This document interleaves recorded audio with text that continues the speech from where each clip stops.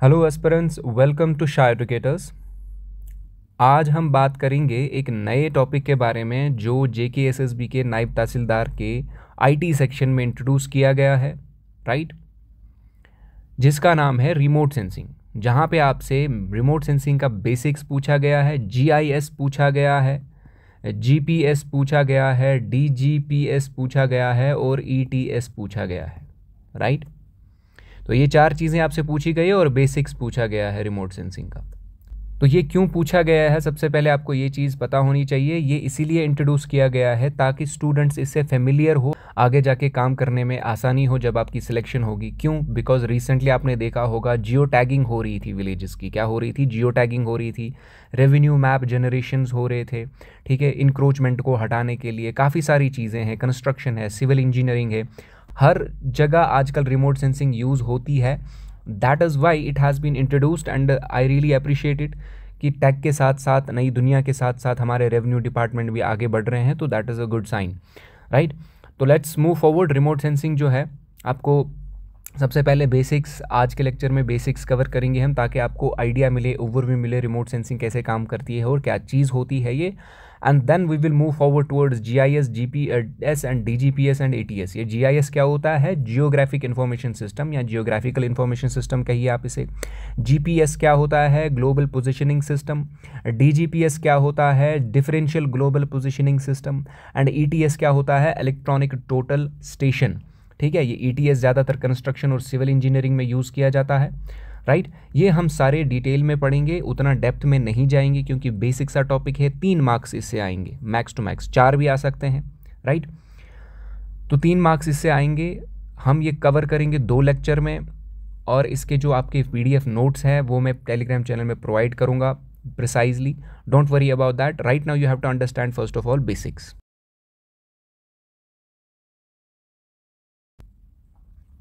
अब देखिए, बेसिक्स समझने से पहले आपको पता होना चाहिए कि रिमोट सेंसिंग क्या होता है। लाइक आप किसी चीज़ को रिमोटली सेंस कर रहे हो बैठे बैठे कहीं दूर से, लेकिन फिजिकल टच में उसके नहीं जा रहे हो। कैसे? जैसे कि आपके सामने एक टीवी लगा है, आप चैनल चेंज करते हो रिमोट में बटन दबा के। वो कैसे काम करता है? उसमें एक इंफ्रारेड सिग्नल जाता है, यहाँ पे एक रिसीवर लगा होता है टीवी में, वो चैनल चेंज हो जाती है, उसे पता चलता है ये सिग्नल चैनल चेंज करने के लिए आया है, ये सिग्नल वॉल्यूम अप डाउन करने के लिए आया है, राइट। तो ये रिमोटली आप सेंस कर रहे हो, आप टीवी के फिजिकल टच में नहीं जा रहे हो। इसी तरह अगर अर्थ सरफेस की बात करें, अर्थ सरफेस में बहुत सारे फीचर्स हैं। क्या क्या है? माउंटेन्स भी आपके, ठीक है ना, माउंटेन्स है, रिवर सिस्टम है आपका, ओशन है, लेक है, बात समझ आ रही है, वेजिटेशन है आपके, फॉरेस्ट वगैरह जिसमें आएंगी, ठीक है ना, प्लेट्यूज है आपके, आइलैंड्स है आपके, या फिर आपका रेजिडेंशियल एरिया हो गया, ठीक है ना, सेटलमेंट्स हो गए, सेटलमेंट जहाँ पे हम रह रहे हैं, रोड, रेल नेटवर्क, बहुत सारी चीज़ें आती है अर्थ सरफेस में जो सारा रिमोटली सेंस होता है, राइट। क्यों करते हैं? क्योंकि हमें डेटा कलेक्शन करनी पड़ती है, इंफॉर्मेशन ग्रैब करनी पड़ती है कि अर्थ के सरफेस पे कौन सी चीज़ कैसे बिहेव कर रही है, या जो भी है, चाहे हमें सिविल इंजीनियरिंग हो, चाहे हमें डिज़ास्टर मैनेजमेंट हो, इन्वायरमेंटल इम्पैक्ट देखना हो किसी चीज़ का, कुछ भी देखना हो, इसकी काफ़ी सारी एप्लीकेशंस है जो आजकल यूज़ होती है, रिमोटली सेंस होता है, सैटेलाइट्स का यूज़ होता है, ग्राउंड बेस्ड स्टेशंस का यूज़ होता है, एयरबॉर्न प्लेटफॉर्म्स आपके होते हैं। तो काफ़ी सारी चीज़ें हैं जो आजकल हो रही है रिमोट सेंसिंग में, राइट। तो हमें क्या करना होता है रिमोट सेंसिंग में? कलेक्ट करना होता है इन्फॉर्मेशन। क्या इन्फॉर्मेशन कलेक्ट करना होता है? जो अर्थ सरफेस है उसके बारे में, लेकिन हम फिजिकल टच में नहीं जा रहे, हम पहाड़ के पास बार बार नहीं जाएंगे कलेक्ट करने के लिए। सब कुछ सैटेलाइट से होगा, सब कुछ रिमोटली होगा, रडार से होगा, ठीक है ना, ऑप्टिकल रिमोट सेंसिंग से होगा। ये सारी चीज़ें जो है ये हम डिटेल में देखेंगे कि कैसे होता है। Okay, let's move forward. अब सबसे पहले रिमोट सेंसिंग का बेसिक आइडिया आप ले लो। हमें पता है अल्टीमेट सोर्स ऑफ एनर्जी हमारा अभी सन है, राइट। इसे हम सोर्स ऑफ एनर्जी भी कहेंगे। क्या कहेंगे? सोर्स ऑफ एनर्जी, या हम इसे कहेंगे सोर्स ऑफ इल्यूमिनेशन। क्या? क्योंकि यही इल्यूमिनेट कर रहा है ना सरफेस को, अर्थ सरफेस को। यहां से इंसिडेंट सोलर रेडिएशन आ गई, ये आप देख रहे हो। ये इंट्रैक्ट कर रही है बिल्टअप एरिया से, वेजिटेशन से, वाटर से, समझ आ रही है, एटमॉस्फेयर से भी इंट्रैक्ट कर रही है ये, राइट। यहाँ पे बहुत सारे फीचर्स है सरफेस पे, आप देख रहे हो ट्रीज़ है, सेटलमेंट्स है, बिल्ट अप एरिया जिसको कहते हैं बिल्ट अप एरिया, ये रोड्स है आपके, ये रिवर सिस्टम है आपका, यहाँ वाटर है, ठीक है ना, वाटर बॉडी, ये आपका वेजिटेशन हो गया। इन सब से इंटरेक्ट कर रहा है ये क्या, इंसिडेंट सोलर रेडिएशन जो वहाँ से आ रही है। अब इंटरेक्ट करने के बाद ये अकॉर्डिंगली बिहेव करेगी। बिहेव कैसे करेगी, रिफ्लेक्ट हो जाएगी, क्या होगी, वापस से रिफ्लेक्ट हो जाएगी, वापस जाएगी।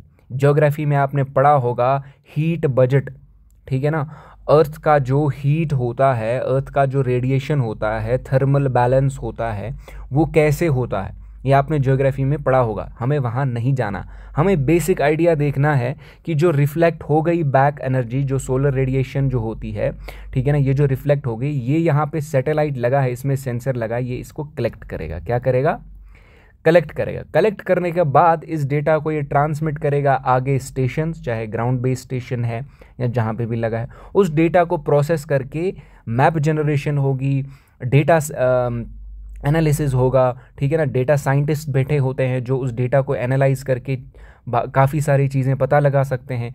हर फील्ड में ये सब चीज़ें होती है, चाहे आपका साइंस फील्ड हो, चाहे आपका एनवायरनमेंट हो, डिज़ास्टर मैनेजमेंट हो, हर जगह पे ये यूज़ होगी। कंस्ट्रक्शन में ये यूज़ होगी, ठीक है ना, जिसको हम क्या कहते हैं, लैंड सूटेबिलिटी, ठीक है ना, कि यहाँ पे अगर हमें कोई बिल्डिंग 20 मंजिला खड़ा करनी है कि क्या ये जगह सही है, ठीक है ना, यहाँ पे रेल बिछानी है, रेल लाइन बिछानी है, क्या वो जगह सही है, रिमोटली हम उसे सेंस करेंगे, ठीक है ना। पॉपुलेशन तो इम्पैक्ट नहीं होगा, भलानी सारी चीज़ें तो नहीं होगी, एट्सेट्रा एट्सेट्रा, आप समझ रहे हो मैं क्या कह रहा हूँ, राइट। तो ये सब चीज़ें रिमोटली सेंस करके ही पता चलेगा। अब कैसे होगा ये सब, कैसे होगा, पहले तो सन इमिट करेगा रेडिएशन, जिसको हम सोर्स ऑफ एनर्जी कहेंगे, यहाँ सोर्स ऑफ इल्यूमिनेशन। ये जो रेडिएशन है ये इंटरेक्ट करेगी अर्थ की सरफेस के साथ। उसके बाद जो सेंसर लगे होते हैं सैटेलाइट पे या कहीं एयरबॉर्न प्लेटफॉर्म पे, वो डिटेक्ट करेगी इस रिफ्लेक्टेड एनर्जी को, एंड देन वो डेटा सेंड करेगा ग्राउंड स्टेशंस में। वहाँ पे उस डेटा का क्या होगा, प्रोसेस होगा, उस डेटा की इंटरप्रिटेशन होगी, किसके लिए, एनालिसिस करने के लिए उस डेटा का। कैसे, ये देखो जी, आप पिक्चर देख रहे हो, ये सोर्स ऑफ इल्यूमिनेशन या सोर्स ऑफ एनर्जी कहे इसे, सन है, ये आपका एटमॉस्फेयर है, यहाँ से आपकी रेडिएशन आ गई, ये सरफेस है सी, इसके साथ इंटरेक्ट करके चली गई, interaction with the target, right, and then it is reflected back. यहाँ पे जो सैटेलाइट लगा है, ठीक है ना, उस सैटेलाइट ने इस डेटा को, उस सेंसर ने इस डेटा को कलेक्ट किया और उस डेटा को ट्रांसमिट किया, ठीक है ना। यहाँ पे ट्रांसमिशन हो रही है और रिसेप्शन एंड प्रोसेसिंग हो रही है।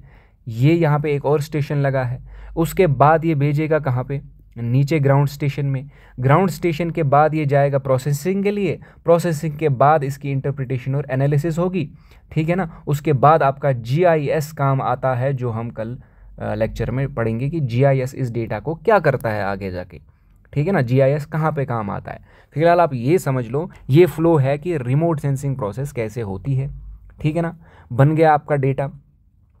उसके बाद ये सब समझने से पहले हमें लाइट का थोड़ा बहुत पढ़ना पड़ेगा। ये सब समझने से पहले हमें पता होना चाहिए कि लाइट इंटरेक्ट जो करती है अर्थ की सरफेस के साथ, क्या क्या चीज़ें होती है, क्या 3 चीज़ें होती है। देखो, जब लाइट आती है, ये आपका सन है, यहाँ से लाइट आ गई, ठीक है ना, रेडिएशन जिसको हम कहेंगे। क्या चीज़ें हो सकती है ज्यूरिंग द ट्रैवल, जब ये एटमॉस्फेयर से आएगी और अर्थ सरफेस पे स्ट्राइक करेगी, क्या चीज़ें हो सकती है। यहाँ तो एब्जॉर्ब हो सकती है लाइट, क्या हो सकती है, एब्जॉर्ब, यहाँ तो रिफ्लेक्ट होगी और यहाँ तो स्कैटर होगी। समझ रहे हो मेरी बात। स्कैटरिंग देखो, रिफ्लेक्शन 2 तरह की होती है। एक है स्पेक्युलर रिफ्लेक्शन, यहाँ से लाइट आई रिफ्लेक्ट हो गई, यहाँ से लाइट आई रिफ्लेक्ट हो गई। दूसरी होती है डिफ्यूज रिफ्लेक्शन, यहाँ से लाइट आई, यहाँ चली गई, यहाँ चली गई, यहाँ चली गई, यहाँ चली गई, यहाँ चली गई, राइट। ये बेसिक चीज़ें हैं, ऑप्टिक्स में आप पढ़ोगे ये सब चीज़ें। यहाँ पे आपको डेप्थ में नहीं जाना है, डिटेल में नहीं जाना है, यहाँ पे आपको बस बेसिक आइडिया होना चाहिए। क्या होगा जब लाइट इंटरेक्ट करती है अर्थ सरफेस की, यहाँ तो एब्जॉर्प्शन होगी, यहाँ तो रिफ्लेक्शन होगी, यहाँ तो स्कैटरिंग होगी। अब देखो जी, फॉर एग्जांपल वेजिटेशन है, यहाँ वाटर बॉडी है, ठीक है ना। यहाँ नेकेड आई से हमें क्या दिखता है, वाटर ब्लू कलर का, ठीक है ना, दूर से, ठीक है ना। यहाँ वेजिटेशन का देखिए ग्रीन कलर का दिखता है। इसका मतलब ये है कि ग्रीन कलर वो रिफ्लेक्ट कर रहा है, बाकी सारे जो कलर है विजिबल स्पेक्ट्रम में वो एब्जॉर्ब कर रही है। क्या कर रही है, वो लाइट्स एब्जॉर्ब कर रही है। समझ रहे हो मेरी बात? या तो एब्जॉर्प्शन होगी, या तो रिफ्लेक्शन होगी, या तो स्कैटरिंग होगी। अब इलेक्ट्रोमैग्नेटिक वेव को समझने से पहले हमें इलेक्ट्रोमैग्नेटिक स्पेक्ट्रम समझना पड़ेगा, क्योंकि ये बेसिक आइडिया ये आपको पता होना चाहिए। I am not making things difficult for you, but this is the basic thing. इसके बाकी सारे सब्जेक्ट से भी, साइंस से भी इससे क्वेश्चन आते हैं, ये समझना है आपको, तब जाके आपको रिमोट सेंसिंग समझ आएगी, तब जाके आप क्वेश्चन सॉल्व करोगे। यहाँ से क्वेश्चन आ सकते हैं विजिबल स्पेक्ट्रम से, ठीक है ना। तो ये gamma rays, X rays, UV rays, ये एक इलेक्ट्रोमैग्नेटिक स्पेक्ट्रम है जहाँ पे सारी इलेक्ट्रोमैग्नेटिक वेव्स का वेव लेंथ और फ्रीक्वेंसी दिखाया गया है। आपने इससे पहले भी इलेक्ट्रोमैग्नेटिक स्पेक्ट्रम के बारे में थोड़ा सा आइडिया देखा होगा 10th क्लास में, 11th 12th में, ठीक है ना, 8th क्लास में, 9th क्लास में, ठीक है ना। बेसिक सी चीज़ें हैं, ये समझते हैं थोड़ा सा, उसके बाद आगे बढ़ते हैं। ज़रूरी नहीं है कि आपको ये याद रहे, मैं कहता हूँ कि आप विजिबल ही थोड़ा बहुत याद करो, माइक्रोवेव और रेडियो वेव, बस इसी से आपके क्वेश्चंस बन सकते हैं। यूवी, एक्सरे वगैरह, ये आपको बस बेसिक आइडिया होना चाहिए कि ये हम रिमोट सेंसिंग में यूज़ क्यों नहीं करते हैं, विजिबल, माइक्रोवेव, इंफ्रारेड ही क्यों यूज़ करते हैं, ठीक है। क्वेश्चन ये भी आ सकता है, रिमोट सेंसिंग में कौन सी इलेक्ट्रोमैग्नेटिक वेव्स यूज़ होती है।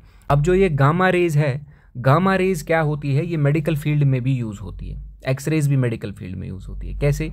अब देखो, जो गामा रेज है ये एक रेडियो एक्टिव मटेरियल जो होता है, उसका जो न्यूक्लियर होता है, वहाँ पे हाई फ्रीक्वेंसी रेडिएशंस जनरेट होती है। अब ध्यान दो इस पिक्चर पे, यहाँ से आपकी जो फ्रीक्वेंसी है ये ज़्यादा है कि ये ज़्यादा है? ऑब्वियसली गामा रेज की फ्रीक्वेंसी बहुत ज़्यादा है, और जो यहाँ पे लॉन्ग वेव रेडियो वेव्स है इनकी फ्रीक्वेंसी बहुत कम है। ऑलमोस्ट इनकी फ्रीक्वेंसी क्या है? 10 raise power 0, anything raise power 0 equal to 1, 10 raise power 2, 10 raise power 4। समझ रहे हो मेरी बात? तो ये रेडियो वेव जो है यहाँ से यहाँ तक, यहाँ से यहाँ तक, ठीक है ना, रेडियो वेव्स आती है आपकी, इनकी फ्रीक्वेंसी आप देखो कम है एज कम्पेयर टू यहाँ से आप देखो एक्सरे, यूवी, गामा रेज। ये फ्रीक्वेंसी क्या होती है? ये फ्रीक्वेंसी क्या होती है? आप देखो वेव पे आप ध्यान दो, वेव कैसे ट्रेवल करती है। आप देखो, ये देखो, ये आपका इलेक्ट्रिक फील्ड है, ये आपका मैग्नेटिक फील्ड है। टेक्निकल नहीं बना रहा हूँ चीज़ों को, बेसिक सा चीज़ बना रहा हूँ। ये डायरेक्शन, यहाँ से वेव चलती है। वेव कैसे चलती है? हम ऐसे बनाएंगे कि भाई साहब ये ऐसे, सॉरी,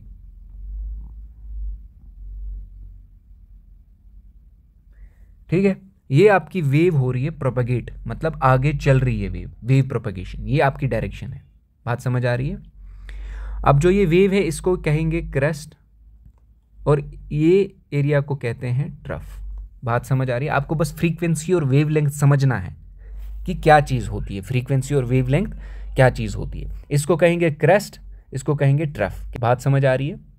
आपको डेप्थ में नहीं जाना है, आपको बस समझना है वेवलेंथ और फ्रीक्वेंसी क्या होती है। अब देखो, जो डिस्टेंस है, वेवलेंथ को हम डिनोट करते हैं लैम्बडा से।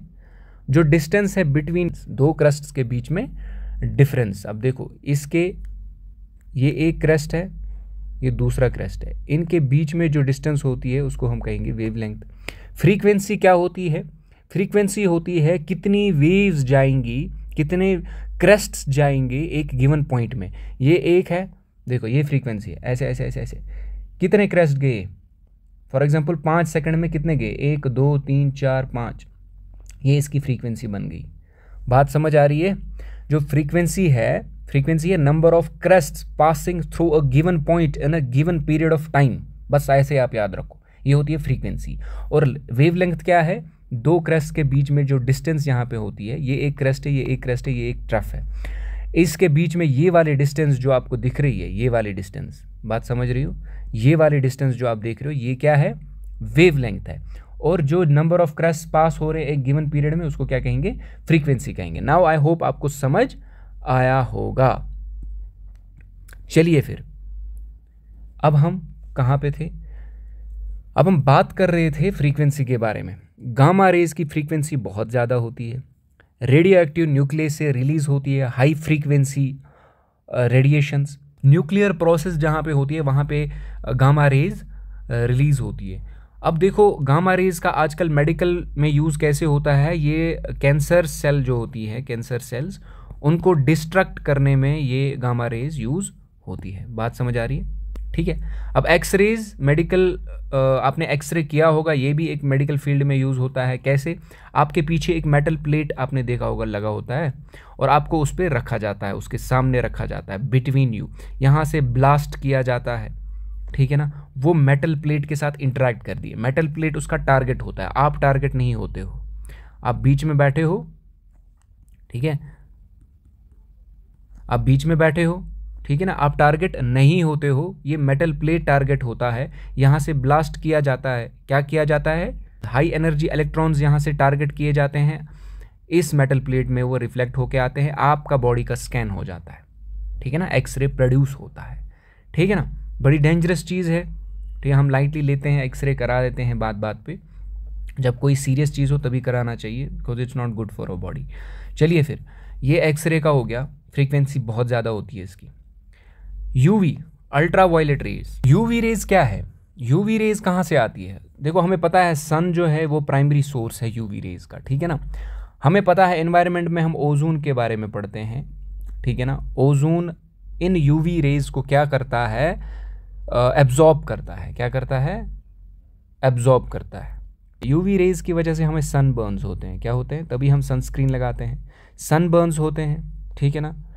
टैन होता है हमारी स्किन में, बात समझ आ रही है? तो ये हो गई आपकी यूवी। उसके बाद आपका आता है विजिबल स्पेक्ट्रम। विजिबल स्पेक्ट्रम में विब ग्योर का नाम सुना होगा आपने, विब ग्योर, ठीक है, विब ग्योर का नाम सुना होगा आपने, 7 कलर्स, ठीक है ना। उसके बाद आपका आता है इंफ्रारेड। क्या आता है आपका? इंफ्रारेड। ये विजिबल क्या है? जो हम देख पा रहे हैं नेकेड आई से, ये कलर्स हम देख पा रहे हैं, ठीक है। ये इलेक्ट्रोमैग्नेटिक वेव्स जो होते हैं ना, ये जो कलर होते हैं, ये रेडिएशन हम देख पा रहे हैं, ठीक है। बाकी सारे देखो, गामा रेज हम नहीं देख पा रहे, एक्स रेज हम नहीं देख पा रहे हैं, बात समझ आ रही है। लेकिन विजिबल स्पेक्ट्रम जो है ये हम देख पा रहे हैं। फिर आती है बात इंफ्रारेड की। इंफ्रारेड क्या होती है? इंफ्रारेड कहाँ से प्रोड्यूस होता है? जो एक्सट्रीमली हॉट बॉडीज़ होती हैं वहाँ से प्रोड्यूस होता है इंफ्रारेड, या एक्सट्रीमली हॉट बॉडीज़ कहो, मॉलिक्यूल्स कहो माइक्रोस्कोपिक लेवल पे, ठीक है ना, उन्हीं को हम कहते हैं हीट वेव्स। क्या कहते हैं? हीट वेव्स, ठीक है ना। ये जो इंफ्रारेड है, इससे आपका क्वेश्चन कभी बना, अगर बना, ये कहाँ पे होती है? ये नियर विजिबल स्पेक्ट्रम और माइक्रोवेव के बीच में होता है। विजिबल स्पेक्ट्रम कहाँ होता है? यूवी और आईआर के बीच में, ठीक है। विजिबल स्पेक्ट्रम होता है यूवी और आईआर के बीच में, और आईआर कहाँ पे होता है?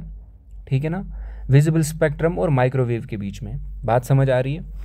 अब जो ये इंफ्रारेड रेडिएशन है, जैसे ग्रीन हाउस इफेक्ट आपने देखा होगा, ग्रीन हाउस गैसेस जो होते हैं, CO2 है आपका, वाटर वेपर है आपका, ये इंफ्रारेड रेडिएशन को ट्रैप करती हैं। उसकी वजह से एक global warming, average global temperature जो है वो इंक्रीज हो जाता है। ये ग्रीन हाउस इफेक्ट आपने देखा होगा, ठीक है ना।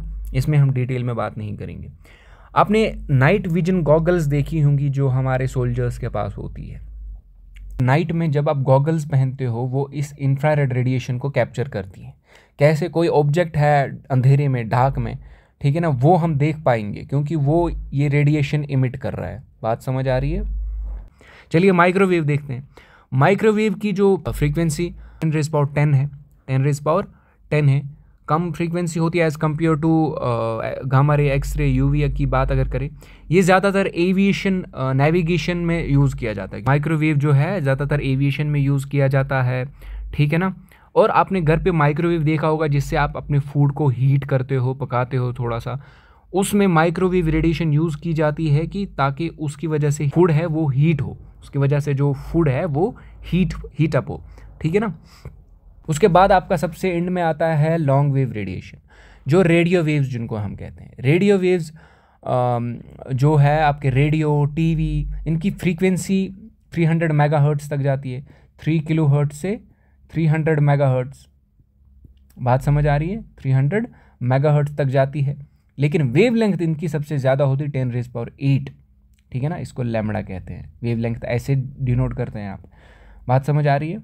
तो यहाँ से आप इलेक्ट्रोमैग्नेटिक स्पेक्ट्रम आप देख सकते हो। मैं ये रब करता हूँ, यहाँ से वेवलेंथ इंक्रीज हो रही है और फ्रीक्वेंसी डिक्रीज होती है। दैट मीन्स फ्रीक्वेंसी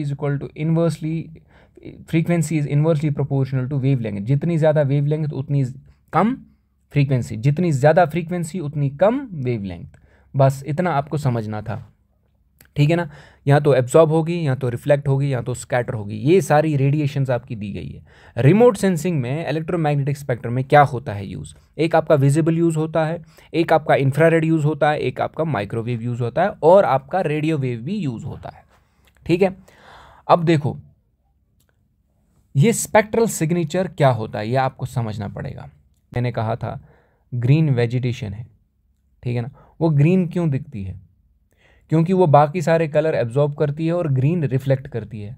कोई चीज़ ब्लू दिखता है, वाइट दिखता है, क्यों दिखता है, क्योंकि ये यही कलर रिफ्लेक्ट करता है, बाकी सारे एब्जॉर्ब करती है। तो ज़्यादा रिफ्लेक्शन जहाँ पे कोई चीज़ दिखाएगी वो उसका स्पेक्ट्रल सिग्नेचर बनेगा कि आप कौन सी इलेक्ट्रोमैग्नेटिक वेव रिफ्लेक्ट कर रहे हो, किसके साथ कैसे बिहेव कर रहे हो, वो उसका स्पेक्ट्रल सिग्नेचर बन जाएगा।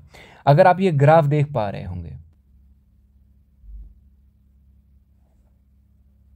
ओके, ये स्पेक्ट्रल सिग्नेचर अब आप देख पा रहे हो। जैसे क्लियर वाटर का यहाँ पे रेंज दिया गया है, ठीक है ना। ये वेवलेंथ है 400 to 600 नैनोमीटर, इसका रिफ्लेक्शन दिखाता है। ये 800 के बियॉन्ड ये एब्जॉर्ब होगा, रिफ्लेक्शन नहीं दिखाएगा, ठीक है ना। इसी तरह टर्बिड वाटर का, इसी तरह आपका वेट सॉइल, ड्राई सॉइल का आप देख पा रहे हो, ठीक है ना। यहाँ से जो परसेंटेज है रिफ्लेक्टेंस की वो इंक्रीज हो रही है। बात समझ आ रही है। स्नो एंड आइस सबसे ज़्यादा रिफ्लेक्शन कहाँ पे दिखा, यहाँ पे आप देख रहे हो बिटवीन 500 to 600 नैनोमीटर वेवलेंथ में ज़्यादातर रिफ्लेक्शन दिखा रहा है। बस ये बेसिक सा ग्राफ है, ये आपको देख के ही समझ आया होगा। इसको कहते हैं स्पेक्ट्रल सिग्नेचर। अब अगर आपसे क्वेश्चन कैसे बन सकता है, अभी तक आपने क्या देखा, रिमोट सेंसिंग की प्रोसेस देखी, इलेक्ट्रोमैग्नेटिक स्पेक्ट्रम देखा, और आपने देखा जो अर्थ सरफेस के साथ लाइट इंटरेक्ट करती है तो 3 चीज़ें होती है। क्या होती है? एब्जॉर्प्शन, रिफ्लेक्शन एंड स्कैटरिंग, ठीक है। और क्या देखा आपने, जो इलेक्ट्रोमैग्नेटिक स्पेक्ट्रम में वेव्स है, जैसे विजिबल है, इंफ्रारेड है, माइक्रोवेव है, सब आपने डिटेल में देखा कि कौन सी चीज़ क्या होती है, ठीक है ना। अब हम इनको थोड़ा सा विजिबल के बारे में देखेंगे। अब देखो जो विजिबल है, विजिबल आपकी कलर इमेज जो हम नेकेड आई से देखते हैं, बहुत सारे कलर है, violet, blue, green, yellow, pink. इसी तरह आपका इंफ्रारेड है, ये आप देखो 0.4 से लेके 0.7 माइक्रोमीटर। इंफ्रारेड का क्या है, 0.7 से लेके 14। माइक्रोवेव का 1 मिलीमीटर से 1 मीटर तक, ठीक है ना। ये रडार इमेजरी वगैरह जो होती है, ठीक है ना। अब रडार पे हम डिटेल में पढ़ेंगे आगे जाके, रडार को हम अलग से देखेंगे। फिलहाल आप ये याद रखो, इंफ्रारेड और विजिबल जो कलर और वेजिटेशन और टेम्परेचर, इंफ्रारेड कहाँ पे यूज़ होगा, टेम्परेचर पे, वेजिटेशन को डिटेक्ट करने में। कलर इमेजेस विजिबल क्रिएट करेगा। अब देखो जी, ये क्या है, ये चीज़, ये कलर है आपका विबग्योर। विजिबल स्पेक्ट्रम की बात कर रहे हैं। वेवलेंथ अगर पूछी जाए वायलेट की, वो है इतनी, ठीक है ना। ज़्यादातर रेड, ऑरेंज, ग्रीन इनका पूछा जाता है। रेड का है 625 to 750, इसी तरह ऑरेंज का है, इसी तरह येलो का है। You need to remember red, you need to memorise red, orange, yellow, green. ना कि रिमोट सेंसिंग में, आपके फिजिक्स में, आपके बेसिक साइंस में, साइंस एंड टेक में भी ये क्वेश्चन आ सकता है। ज़रूरी नहीं है कि रिमोट सेंसिंग में ही आए, और इनकी फ्रीक्वेंसी के हिसाब से। अब ट्रैफिक लाइट्स में रेड ही क्यों यूज़ करते हैं, सियान क्यों नहीं यूज़ करते, ग्रीन क्यों नहीं यूज़ करते स्टॉप करने के लिए? समझ रहे हो, ग्रीन तो यूज़ होता है वहाँ पे, येलो भी यूज़ होता है। अब आप देखो रेड की ज़्यादा वेवलेंथ होती है तो दूर से दिखेगा कि भाई मुझे रुकना है, ठीक है। ग्रीन ज़्यादा दूर से नहीं दिखता, ब्लू ज़्यादा दूर से नहीं दिखता, लेकिन रेड दिखता है। क्यों? क्योंकि उसकी वेवलेंथ ज़्यादा है। तभी ट्रैफिक सिग्नल में ये यूज़ किया जाता है, डेंजर साइंस में ये यूज़ किया जाता है, अलार्म्स में, सायरन्स में, ठीक है ना। बात समझ आई होगी आपको। तो चलिए फिर आगे बढ़ते हैं। अब बात आती है passive and active remote sensing की। पैसिव एक्टिव रिमोट सेंसिंग में डिफरेंस क्या है, क्या होता है? पैसिव, देखो पैसिव रिमोट सेंसिंग क्या होता है, इसको ऑप्टिकल रिमोट सेंसिंग भी कहते हैं। क्यों कहते हैं? अब देखो जी, पैसिव रिमोट सेंसिंग में सनलाइट यूज़ होती है। ये आपका सैटेलाइट लगा है, यहाँ से सनलाइट आई, कुछ रिफ्लेक्ट होगा तभी सेंसर देख पाएगा उस चीज़ को, ठीक है ना। जैसे कि आपका एक सैटेलाइट है जिसका नाम है लैंडसेट, ठीक है ना। ये सैटेलाइट्स भी हम देखेंगे अलग से कि कौन सा सैटेलाइट किस कंट्री का है, हमारी कंट्री के कितने सैटेलाइट्स हैं, serving remote sensing satellite, GPS satellite कितने हैं, हमारा जीपीएस सिस्टम अपना, ये भी हम डिटेल में देखेंगे। फिलहाल आप बेसिक समझो, ठीक है ना। इसी तरह active remote sensing, active remote sensing आपका लाइडार या राडार या लाइडार यूज़ करता है। रडार क्या होता है, radio active detection and ranging. Lidar क्या होता है, लाइट डिटेक्शन एंड रेंजिंग। ये क्या है, ये माइक्रोवेव और रेडियो वेव्स यूज़ करती है। कैसे, सैटेलाइट ने यहाँ से वेव भेजी, इसका सन के साथ कोई लेना देना नहीं है, ये बात आपको याद रखनी है। Active remote sensing is not related to sun, it does not obtain energy from sun, it is not dependent on sun. Active remote sensing is not dependent on sun, ये आपको बात रखनी है याद। लेकिन पैसिव रिमोट सेंसिंग डिपेंड है सन की energy पे, सन की रेडिएशन पे। यहाँ पे ये खुद से रडार भेजेगा, यहाँ से खुद से ये रडार वेव्स भेजेगा, प्रोपेगेट करेगा। सिंथेटिक एपर्चर रडार आपने नाम सुना होगा, सिंथेटिक एपर्चर रडार आपने नाम सुना होगा। रिसेंटली जो पिरामिड है उनके नीचे एक सिटी डिस्कवर की गई थी। बोला गया है कि पिरामिड के नीचे, जो इजिप्ट में पिरामिड है उनके नीचे एक सिटी है जो डिस्कवर की गई रडार के through, synthetic aperture radar, as you can see on your screen. अब नाउ लेट्स मूव अहेड। ये जो है ट्रांसमिटेड एनर्जी, यहाँ से वापस आई रिफ्लेक्टेड एनर्जी, यहाँ से ट्रांसमिट करेगा रडार, वो रिफ्लेक्ट होके इंटरैक्ट होके वापस जाएगा सेंसर के पास। तो मतलब अपनी एनर्जी ये यूज़ कर रहा है, अपनी सोर्स ये यूज़ कर रहा है। एक्टिव रिमोट सेंसिंग क्या कर रहा है, it uses its own source. कौन सा सोर्स, रडार भेजेगा, ठीक है ना, यहाँ से लाइडार वेव्स भेजेगा, बात समझ आ रही है। उनको कैप्चर करेगा, वो इंटरैक्ट करेंगे सरफेस से, उनको कैप्चर करेगा सेंसर, देखेगा कि क्या चीज़ है क्या नहीं है। अब एग्जाम्पल देखो कैमरा फ्लैश है, जब तक ना फ्लैश पड़ेगा, ठीक है ना, जब तक ना फ्लैश पड़ेगा मुंह पे, तब तक आपको दिखाई नहीं देगा कि किस ऑब्जेक्ट से इंटरैक्ट होती है। रडार है, इसी तरह लाइडार है, लाइडार लेज़र वेव्स भेजती है, वो स्ट्राइक करती है सरफेस के साथ, वापस आती है। पैसिव रिमोट सेंसिंग में क्या होता है, जब तक ना सन यहाँ से ट्रांसमिट करेगा एनर्जी, तब तक वो रिफ्लेक्ट ना होगी, सेंसर नहीं पकड़ पाएगा, ठीक है ना। अब रिमोट सेंसिंग के कुछ प्लेटफॉर्म्स है। रिमोट सेंसिंग प्लेटफॉर्म्स क्या होती है, ग्राउंड बेस्ड, एयरबॉर्न और स्पेसबॉर्न। ग्राउंड बेस्ड क्या है, देखो ये फिगर देखो आप, ये ग्राउंड बेस्ड कुछ प्लेटफॉर्म्स है। ग्राउंड बेस्ड प्लेटफॉर्म्स में आपका क्या आएगा, जैसे यहाँ पे कोई स्टेशन लगा है, कोई रडार सिस्टम लगा है, जो लेकिन ग्राउंड बेस्ड है। क्या, ग्राउंड, जैसे वेदर स्टेशंस लगे होंगे आपके, कोई बड़ा सा एंटेना लगा होता है और वेदर स्टेशन लगी होती है, प्रेसिपिटेशन कब होगी क्या होगी, ग्राउंड में भी ये चीज़ें लगी होती है। रिमोटली हम सेंस करते हैं कब बारिश होगी, कब क्या होगा क्या नहीं होगा। ऑल्दो सैटेलाइट्स भी यूज़ होते हैं वेदर के लिए, ठीक है ना, लेकिन ग्राउंड में भी कुछ स्टेशन लगे होते हैं, वो ग्राउंड बेस्ड उनको कहेंगे। एयरबॉर्न क्या आएगा, जिससे हम एरियल फोटोग्राफी करते हैं, जैसे आपका यूएवी हो गया, अनमैन्ड एरियल व्हीकल, ठीक है ना, ड्रोन से आप फुटेज कर रहे हो, ठीक है ना, हेलीकॉप्टर से, ठीक है ना, आपके एरियल फोटोग्राफी होती है। या airborne synthetic aperture radar, aircraft में यहाँ पे रडार लगा होता है, वो यहाँ पे रडार वेव्स भेजता है और डिटेक्ट करता है जो भी उनको काम करना होगा। स्पेस बॉर्न आपका पता ही है, सैटेलाइट से यूज़ होगा, स्पेस शटल इसमें आएंगे, सैटेलाइट्स आएंगे इसमें, ठीक है ना, फिर चाहे वो ऑप्टिकल सेंसर हो या फिर सिंथेटिक एपर्चर रडार हो, ठीक है। ये आपका हो गया ground based, airborne and space born.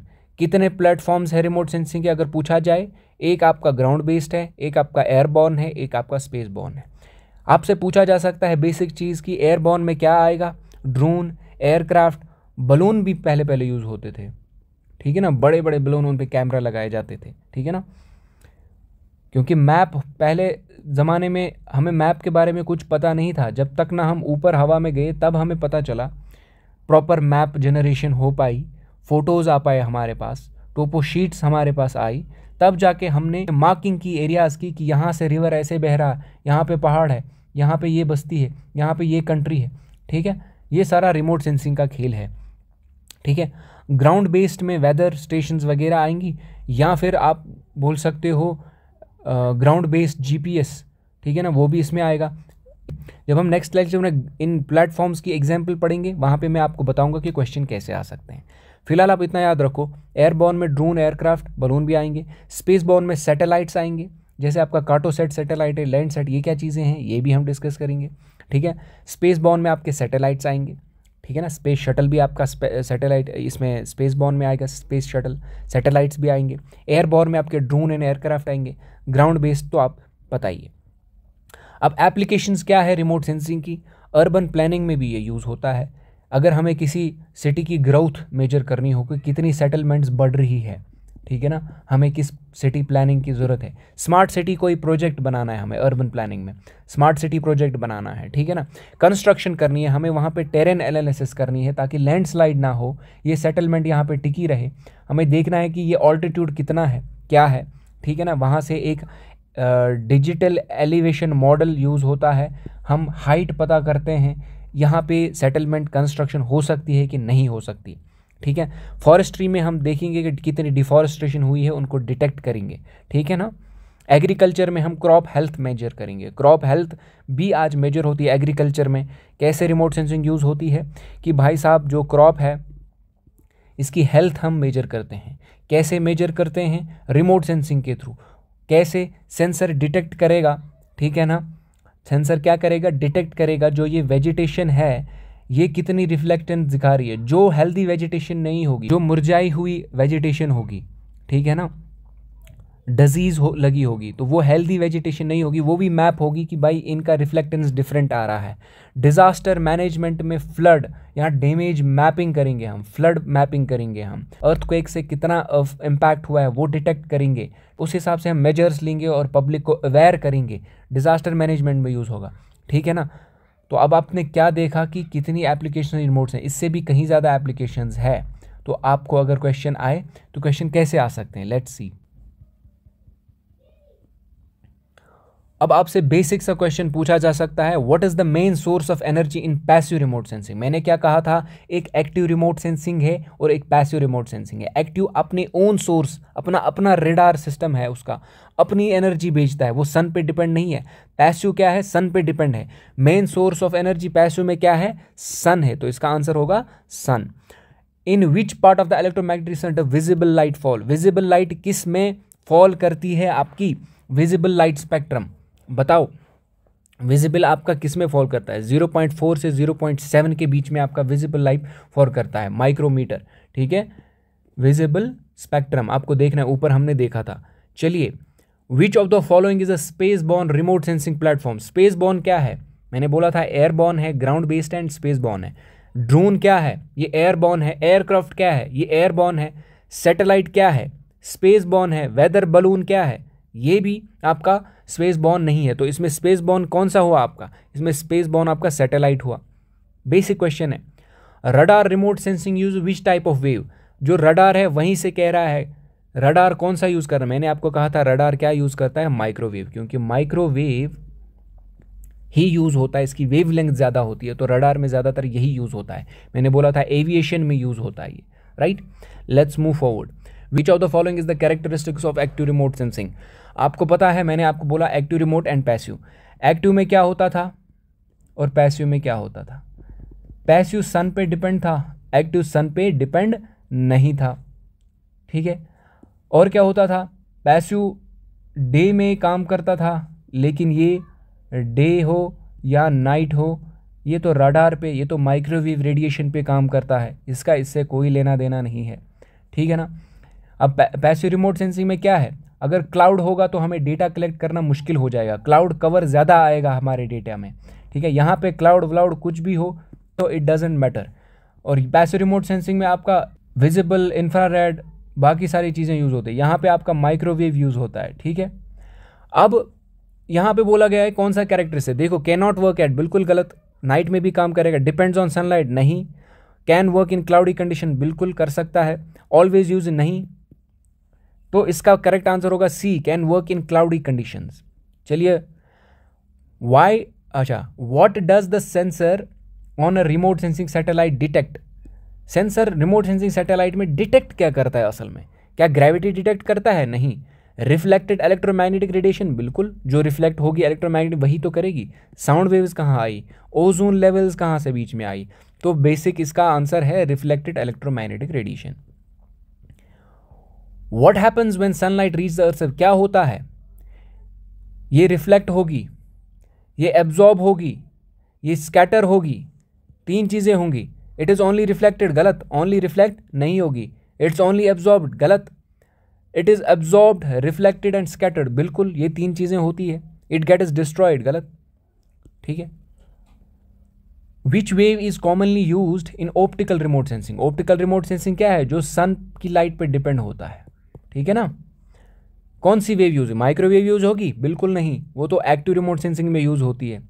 Infrared, visible, gamma, देखो विजिबल ही होगी। ऑप्टिकल की बात आ रही है जो हम देख पा रहे हैं, तो विजिबल ही यूज़ होगी। गामा तो बिल्कुल भी रिमोट सेंसिंग में यूज़ नहीं होती, इसकी हाई फ्रीक्वेंसी होती है, इसका मेडिकल फील्ड में एप्लीकेशन है। इंफ्रारेड आपका पता है, हमने डिस्कस किया है, तो विजिबल ही इसका आंसर आएगा। Which of the following is an example of ground based remote sensing? Ground based क्या है? क्या सैटेलाइट इमेजरी ग्राउंड बेस्ड है? नहीं। ड्रोन सर्वेज एरियल है? नहीं। Fixed soil moisture sensor, aerial photography? नहीं। तो ये इसमें क्या आएगा? सॉइल मॉइस्चर सेंसर लगे होते हैं एग्रीकल्चर में कि सॉइल का मॉइस्चर क्या है, ये तो ग्राउंड बेस्ड ही है ना। I hope now you got the point. Remote sensing is use in which of the following fields? देखो रिमोट सेंसिंग कहाँ कहाँ यूज़ होगा, मैंने बोला था एग्रीकल्चर में भी यूज़ होगा, अर्बन में भी होगा, फॉरेस्ट्री में भी होगा, कहीं पे भी ये यूज़ होता है, all of the above. I hope basics of remote sensing now clear है आप सबको। कल हम पढ़ेंगे GIS, GPS, DGPS और ETS, दैट इज इट। फिर आपका remote sensing done and dusted, then you will be able to solve questions. GIS, GPS, DGPS और ETS करने के बाद ये आपका बेसिक ओवरव्यू था रिमोट सेंसिंग का। इससे काफ़ी सारे क्वेश्चंस बन सकते हैं, आएंगे तो 3 ही इस टॉपिक से, लेकिन बेसिक से एक आएगा। GPS, DGPS, GIS, ETS इन सब से एक क्वेश्चन आएगा, ठीक है ना। GIS से एक आएगा, GPS, DGPS से एक आएगा और ETS से एक आएगा। टोटल मिला के आपके 3 क्वेश्चन बनते हैं इसमें बेसिक लेके। तो 3 क्वेश्चन बहुत ज़्यादा मैटर करते हैं कट ऑफ में। यहाँ पे 1 मार्क्स में भी 100 200 बच्चे पढ़े रहते हैं, तो 1 मार्क्स भी मैटर करता है। It is competitive exam, it's not your academic exam. Best of luck to all of you. I hope I was able to make you understand the fundamentals of basic remote sensing. ज़रूरी नहीं है कि आपके exam में ही आप ये पढ़ो, but ये आपको पता होना चाहिए। क्या पता आपकी कल को सिलेक्शन हो जाए इसमें, और ये चीज़ें आपको कल को यूज़ करनी है रेवेन्यू डिपार्टमेंट में for map generation, map making and urban planning, disaster management, environmental impact, forestry, deforestation, हर जगह ये यूज़ होगा। तो till then take care, good bye, keep working hard.